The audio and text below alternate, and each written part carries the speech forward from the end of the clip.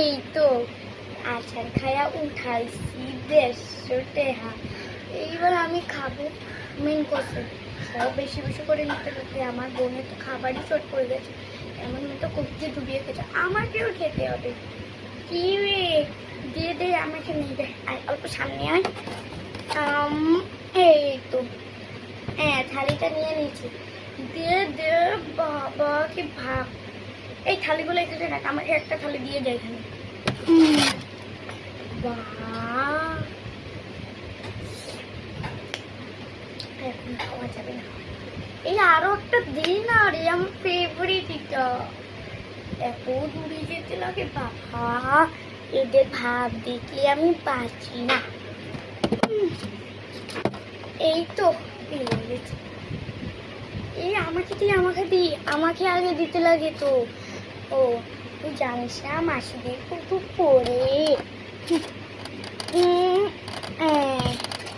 এই তো পেয়ে গেছি, দৌড়ে দৌড়ে খাবি খাবি বলে এখানে রাখি, এগুলো সামনে খেতে লাগবে। এই আম দে, আম দে, আম দে, আম দিবি না একদম?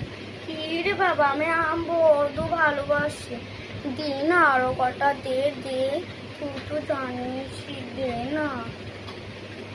আম তো ওটা নেই, আমাকে দিলে ওগুলো কি হয়? কেন মাসি কি আমি প্রতিদিনই খেতে আসি, একটু দে তো তাদের বেশি। হ্যাঁ গো কাকিয়া, এরা না খুব কিট্ট। হ্যাঁ তাই তো দেখতে পাচ্ছি, কিট্টারে খালি চুপ আবার, নাহলে ঝগড়া লাগিয়ে দিচ্ছ। হ্যাঁ হ্যাঁ, আরো একটা দে। ঠিক আছে কাকিয়া, ঠিক আছে কাকিয়া, দিচ্ছি।